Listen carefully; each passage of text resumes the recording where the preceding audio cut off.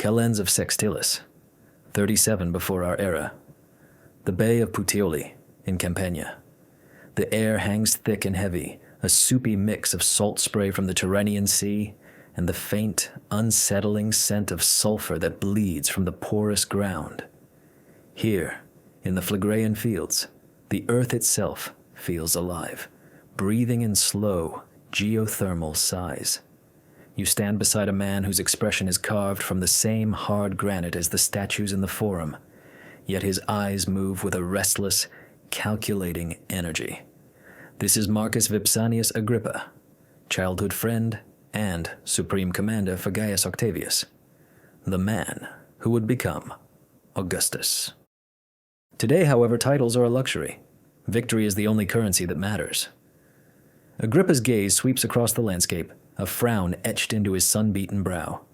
To his right, the Bay of Puteoli glitters under the relentless August sun, a deceptive sapphire expanse. Deceptive, because out there, lurking beyond the horizon, is the architect of Rome's starvation, Sextus Pompey. Son of the legendary Pompey Magnus, Sextus has become a pirate king, his fleets strangling the sea lanes from Sicily and Sardinia. He has choked off the Annona, the vital grain shipments from Egypt and Africa. The plebs in Rome are rioting, their hunger a political weapon aimed directly at the heart of the Second Triumvirate. Twice, Octavian's fleets have met Sextus on the open water. Twice, they have been sent broken and limping back to port, outmaneuvered and shattered by storms in the superior seamanship of Sextus's admirals. Agrippa knows they cannot win a third battle this way. They need a new fleet, a new strategy, and most importantly, a new home. They need a harbor, a fortress of the sea. He turns his gaze inland to the problem. Before you lies a geographical nightmare.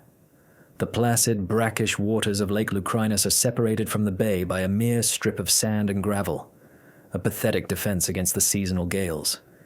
Beyond it, shrouded in myth and volcanic steam, lies Lake Avernus, the fabled entrance to the underworld. Its dark, still waters and steep, forested slopes are said to be so toxic that birds flying overhead fall dead from the sky. This is no place to build a navy. It is a place for poets and priests to whisper of curses. The storms that wrecked our ships off Cumae will tear that sandbar to pieces in a winter, Agrippa says, his voice a low, gravelly tone.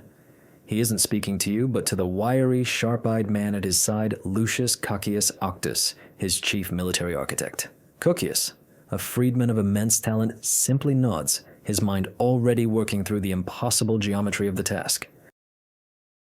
The bar can be reinforced, my lord, Cocius replies, gesturing with a calloused hand.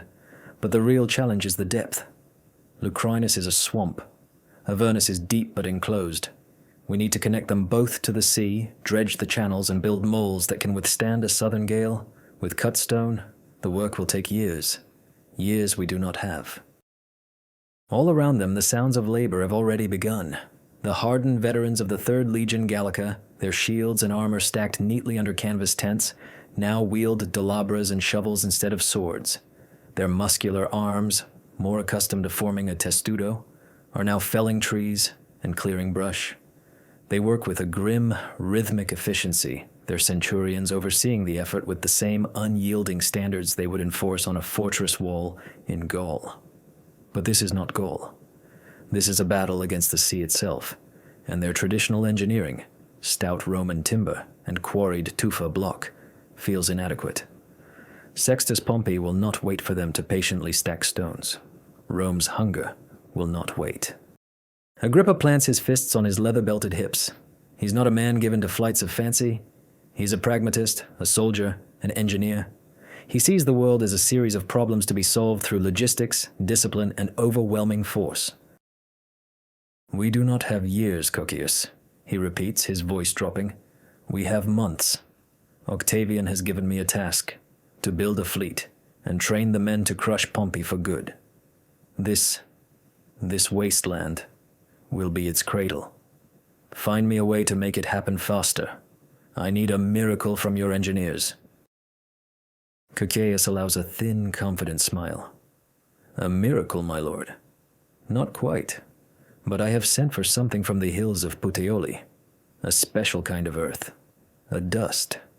The Greeks who lived here before us called it konia, but we know it as pulvis puteolanus. Agrippa raises an eyebrow. Dust. His grand strategy, the fate of the triumvirate, the feeding of Rome, resting on a special kind of dirt. He looks from the shimmering hostile sea to the dark, foreboding lake, and for a moment, the immense weight of the Republic seems to settle squarely upon his shoulders. A week later, the first barges arrive. They are not laden with the clean-cut tufa blocks from the quarries near Neapolis, nor the pristine marble of Luna that graces the temples of Rome. These are grimy, shallow-draft vessels, poled through the murky canals by sweating laborers, and their cargo is nothing more than heaps of reddish-gray, gritty earth. The dust gets into the air, coating the back of the throat with a dry, metallic taste. It settles on the sweating skin of the legionaries, turning their sun-darkened limbs the color of terracotta. This is the pulvis puteolanus, the dust of Puteoli. To the casual eye, it is worthless, but to Coxius, it is the key. Watching the barges unload are men whose own civilization was ancient when Romulus and Remus were supposedly suckled by the she-wolf. They are a crew of master builders and stonemasons from Alexandria, Egypt, men whose hands and minds understood the sublime mathematics of permanence. Their leader, a man named Amenhotep, has skin the color of rich Nile mud and eyes that have judged the trueness of a stone block 1,000 times. He was hired, or more accurately, conscripted, for his people's famed expertise in quarrying and moving colossal stones, skills the Romans admired and often employed for their grandest projects. He stands with his arms crossed, his linen kilt a stark white against the chaotic browns and greens of the worksite. He watches the Romans heap this worthless dirt onto wooden platforms and scoffs quietly to his seconds in the flowing tongue of his homeland. "They bring us all this way to play in the dirt," one of his men murmurs, wiping a dusty hand on his kilt. "Our pharaohs built eternity with granite. The Romans build with dust." Amenhotep doesn't reply, but his silence is a form of agreement. He has seen the Roman temples. They are impressive, certainly, but they are built on principles he understands: columns, lintels, and the undeniable power of gravity. Their roads are legendary, their aqueducts a marvel of logistics. But this is different. It feels like a step backward.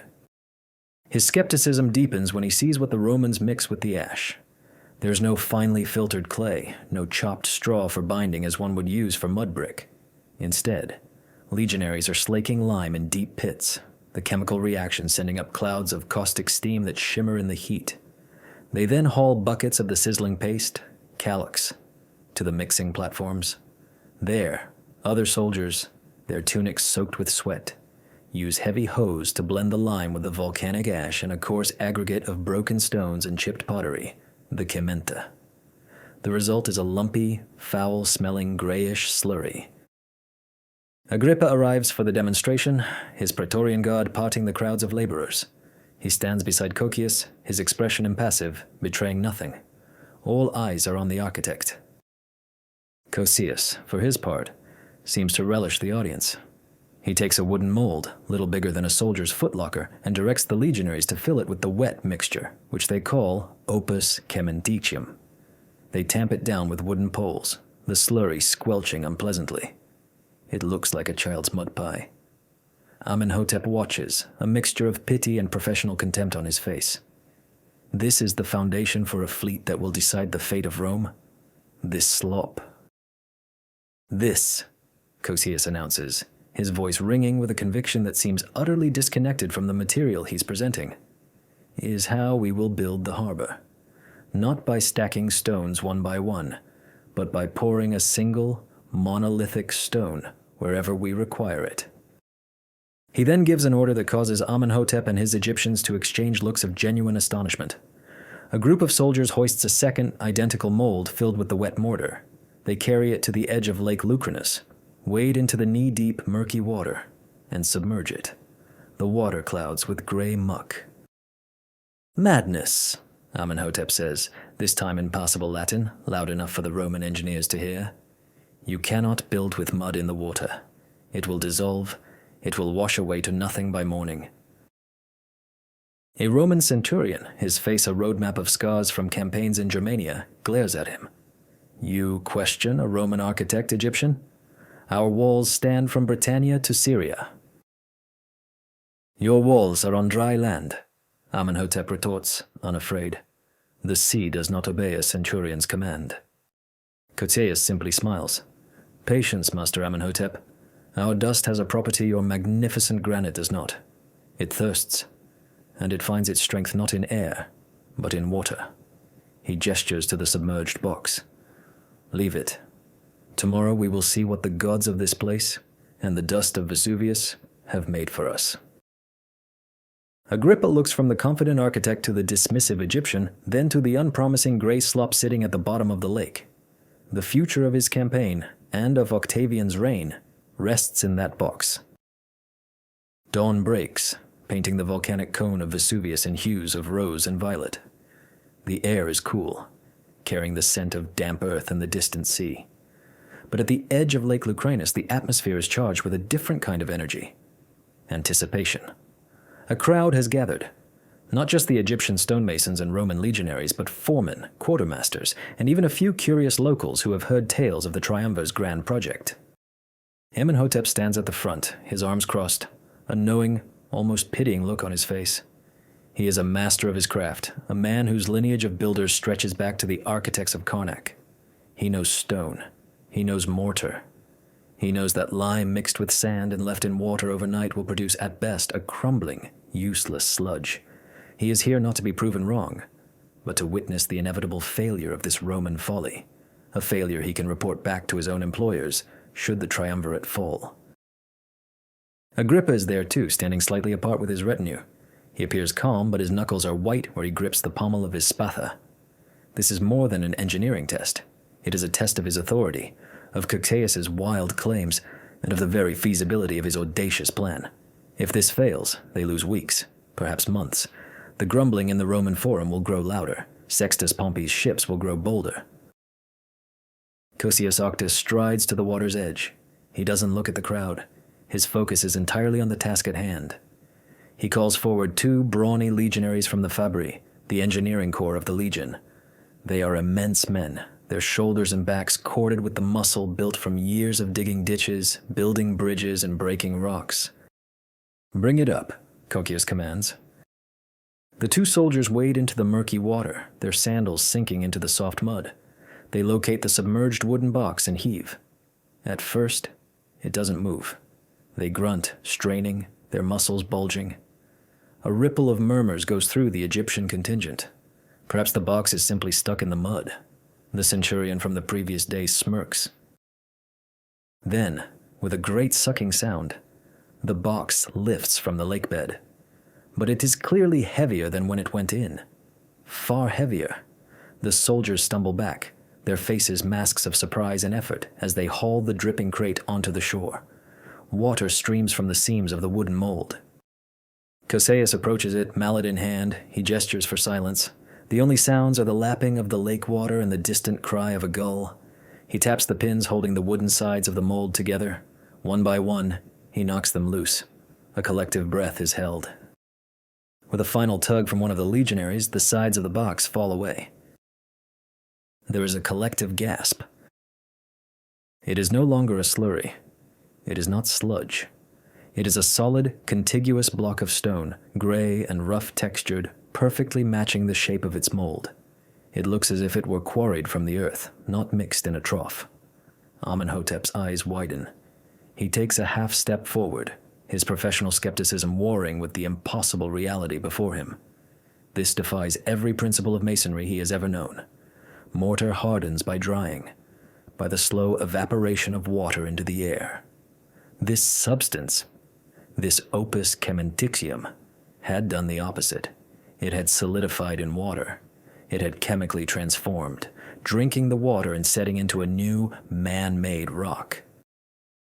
Cocius, seeing the shock on every face, allows himself another one of his thin smiles. He picks up the mallet and, with a sharp, deliberate strike, hits the corner of the block. The sound is not the dull thud of dried mud, but the sharp, ringing clack of stone on stone. The block is unmarred. Amenhotep can no longer contain himself. He strides forward, pushing past a surprised legionary, and kneels beside the block. He runs a hand over its rough, wet surface. It is cool and unyielding. He presses his thumb against it, trying to find a soft spot, a flaw, but there is none. It is utterly, impossibly solid. He looks up at Kukaius, his expression one of profound, world-altering shock. The disdain is gone, replaced by the pure, unadulterated awe of a master craftsman witnessing a miracle. "How?" Amenhotep asks, his voice barely a whisper. "The water. It should have been its enemy." "The dust from the mountain," Kukaius explains, gesturing toward the looming shape of Vesuvius. "It contains the fire of the earth. When mixed with lime and water, it does not dry. It crystallizes. The water is not its enemy. It is the catalyst for its birth. We are not just building, Master Amenhotep. We are creating stone." Agrippa steps forward, a slow, dangerous smile spreading across his face. The weight on his shoulders has not vanished, but it has been transformed. It is no longer the weight of uncertainty, but the weight of impending, inevitable victory. He looks at the block of man-made rock, then out at the bay, and in his mind's eye, he can already see it. Massive piers and breakwaters rising from the depths, forming an impenetrable sanctuary. He sees the triremes, quinqueremes, and Liburnians of his new fleet, safe within their concrete embrace. "This changes everything," Agrippa says, his voice a low rumble of satisfaction. He turns to Kukaius. "Give the Fabri their orders.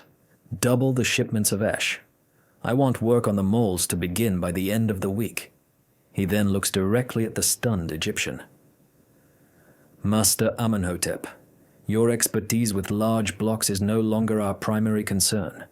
Your new task is to teach your men how to build the wooden forms, the frameworks for our new stone. You will help us pour an entire harbor into the sea. The work begins with a ferocity that stuns even the battle-hardened veterans of the legions. The project is no longer an engineering challenge. It is a full-scale military operation, waged not against a barbarian tribe, but against the sea itself. Agrippa's command transforms the Bay of Puteoli into one of the largest construction sites the world has ever seen. The air, once merely thick with salt and sulfur, now rings with the ceaseless clang of hammers on iron, the shouts of centurions, the creak of wooden cranes, and the rhythmic chanting of thousands of men at work. Caxius Octus is everywhere at once, a whirlwind of focused energy. He directs the construction of immense wooden cofferdams, double-walled, watertight structures driven deep into the seabed. Legionaries, working chest-deep in the churning surf, hammer the massive piles of larch and oak into place with mallets the size of small barrels. Once a section is enclosed, teams of laborers and slaves work day and night with Archimedes' screws and bucket brigades to pump the seawater out, creating a temporarily dry workspace on the ocean floor. It is here that the Egyptians, under Amenhotep's reluctant but meticulous guidance, truly show their worth. Their initial shock has been replaced by a grudging professional respect. They have abandoned their skepticism and embraced the bizarre new reality of this Roman concrete. They are masters of form and structure, and they apply their ancient knowledge to the construction of the intricate wooden molds, the arche, that will shape the harbor's foundations. They build them with a carpenter's precision, reinforcing them with crossbeams and iron fittings to withstand the immense pressure of the wet concrete. Once a cofferdam is pumped dry and a mold is constructed within it, the real magic begins. Processions of laborers move in a constant flowing line. One group carries woven baskets filled with the reddish-gray pulvis puteolanus. Another hauls the sizzling, pungent lime.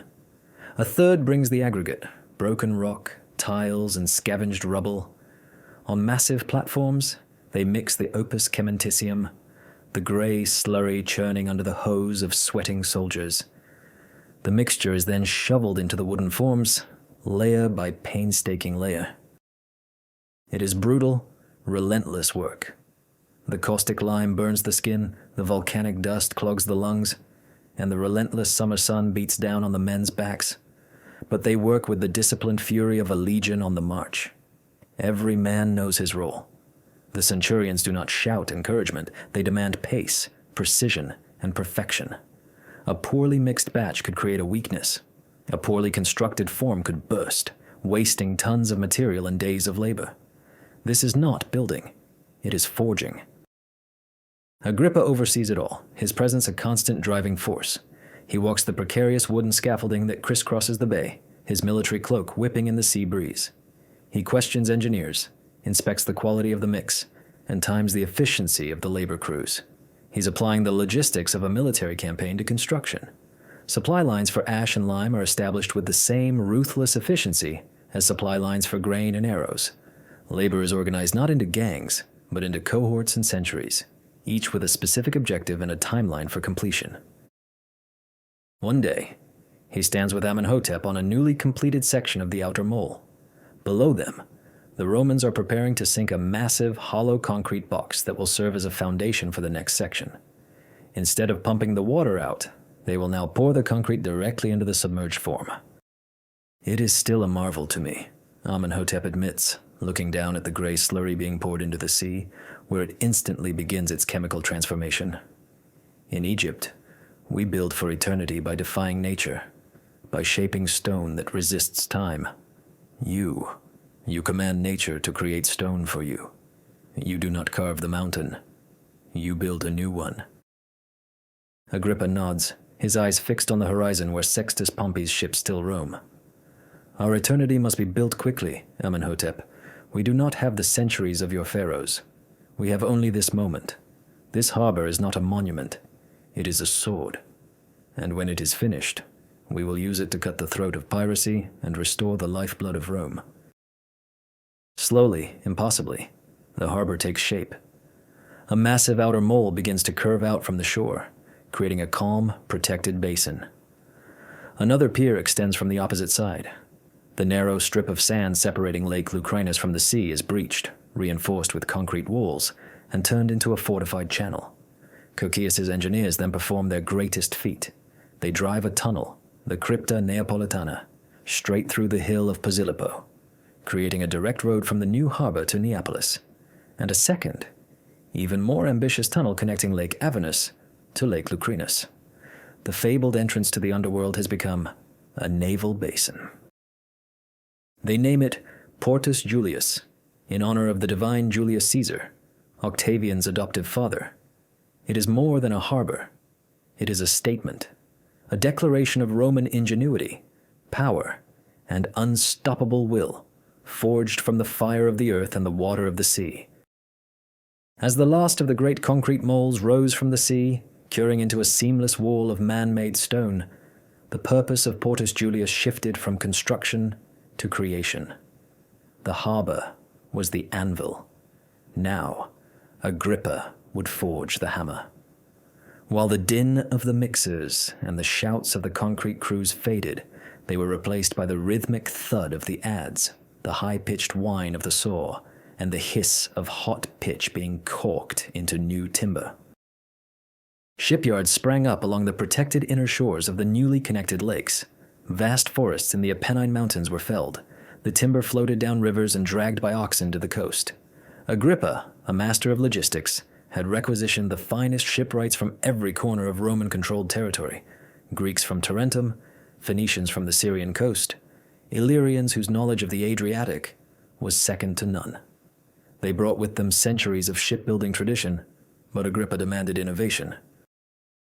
He knew that Sextus Pompey's strength lay in the speed and agility of his ships, manned by experienced sailors who could dance circles around the heavier, clumsier Roman vessels. Agrippa's solution was not to match them, but to overwhelm them. He ordered the construction of quinqueremes, but on a grander scale than ever before. These were behemoths, floating fortresses with reinforced hulls designed to withstand ramming and towers packed with archers and artillery.